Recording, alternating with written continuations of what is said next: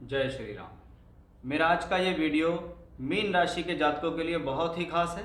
और ख़ास होने की वजह कि आपने बहुत बार ये सुना होगा कि बुध ग्रह बहुत जल्दी जल्दी से राशि परिवर्तन करता है। चंद्रमा 2.25 दिन में राशि परिवर्तन करता है, लेकिन बुध ग्रह वो है जो 22 से 26 दिन में राशि परिवर्तन कर लेता है।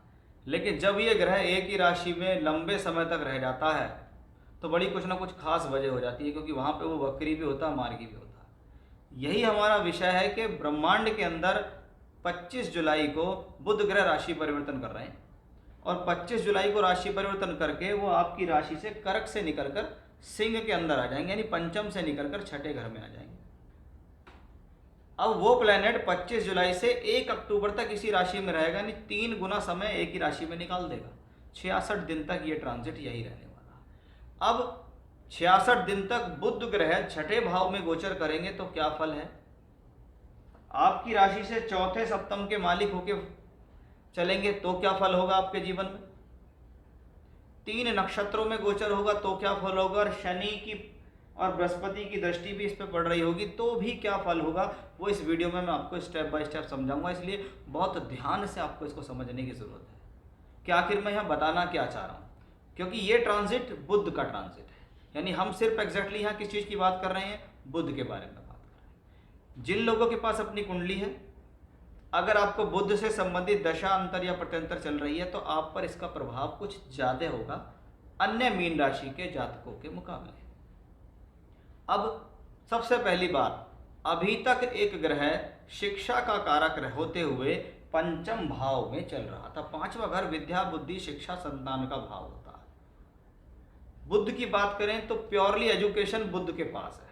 आपकी स्कूलिंग लाइफ, आपकी कॉलेज लाइफ बुध के पास है, जबकि हायर एजुकेशन मास्टर्स डिग्रियां शोध बृहस्पति के पास होती हैं। तो वो बुध ग्रह पंचम यानी शिक्षा स्थान से निकलकर छठे घर में आया, यानी कुछ ना कुछ तो एक स्थितियां हमें दिखाई दे रही हैं कि जो भी लोग एजुकेशन कर रहे हैं वो थोड़ा सा आने वाले समय में सावधान हो जाए।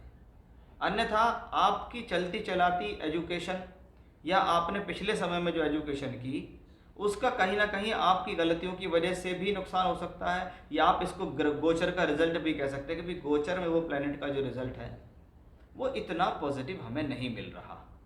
पहले से मुकाबले हम ज़्यादा, हमारा कॉन्फिडेंस लेवल भी अच्छा नहीं है, हम पूरा पढ़ाई पे फोकस भी नहीं कर पा रहे हैं, तो इसका आपको विशेष रूप से ध्यान देना होगा। अब 24 अगस्त से लेकर 17 सितंबर बुध वक्री भी होगा, तो आपको उस दौरान अपनी हेल्थ का भी ध्यान रखना है, यानी ये समय आपके स्वास्थ्य के लिए भी अनुकूल नहीं है। अब बुध है तो गले के रोग हो सकते हैं, नाकों के, दांत के रोग, मुख के रोग हो सकते हैं, छाती के, श्वास के, कंठ के ये रोग ये दे सकता है, एलर्जी के रोग, स्किन डिजीज, ये सब बुध से आते हैं।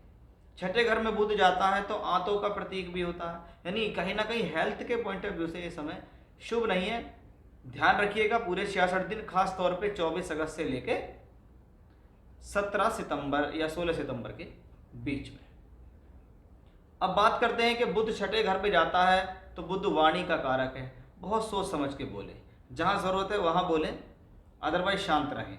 अधिक बोलने से आपको नुकसान हो सकता है, अधिक बुद्धि चलाने से आपको नुकसान हो सकता है, क्योंकि बुद्धि का कारक है, निर्णय का कारक है। सोच समझ के निर्णय लें, जल्दबाजी में निर्णय ना लें, क्योंकि ये 6th हाउस है। छठा घर रोग ऋण रिपु है। आप अपनी बोलचाल से, अपनी खराब भाषा शैली की वजह से अपने शत्रुओं को उत्पन्न कर लेंगे, अपने शत्रु बना लेंगे कि जी मैंने ठीक बोलचाल का प्रयोग नहीं किया, कोई मेरी भाषा शैली से रुष्ट हो गया, लोग मेरी भाषा शैली से प्रॉब्लम में आ गए कि भाई इसका व्यवहार ठीक नहीं है, इसकी बोलचाल ठीक नहीं है, ऐसा आप इसको मान सकते हैं। अब बुध छठे घर में गया है, इस पर शनि की दृष्टि पड़ रही है, ये थोड़ा प्रॉब्लम का विषय है कि एक तो शनि की 7.5 का पहला चरण आपको है, दूसरा शनि 12वें घर से बैठकर देखता है आपको छठे घर पर। अब ये छठा घर क्या है? रोग ऋण रिपु, और 12वां घर है अस्पताल के लिए, नुकसान के लिए, खर्च के लिए, यानी खर्च की स्थिति को बढ़ा सकता है ऐसा प्लेनेट, आपकी बीमारी पर आपको खर्च करा सकता है ये प्लेनेट। अब सप्तम का मालिक होकर यहाँ है, तो इसमें 2 चीज़ें हैं।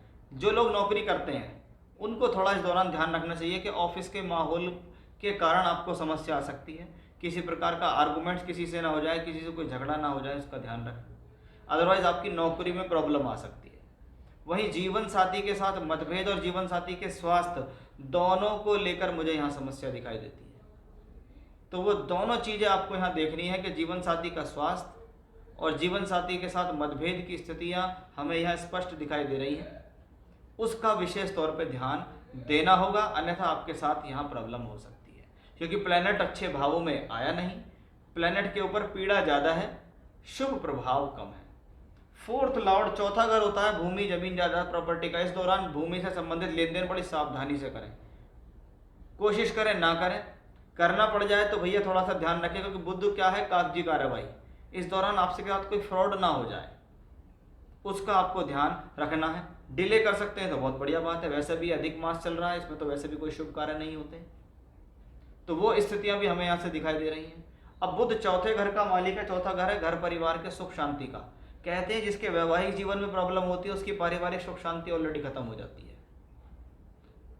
और कोई लोग कहे जी मेरे तो विवाह ही नहीं हुआ, अब विवाह नहीं हुआ तो कुछ ना कुछ परिवार के लोगों के साथ आपका मतभेद हो सकता है, परिवार में अशांति का माहौल हो सकता है, या आपका मन अशांत रह सकता है।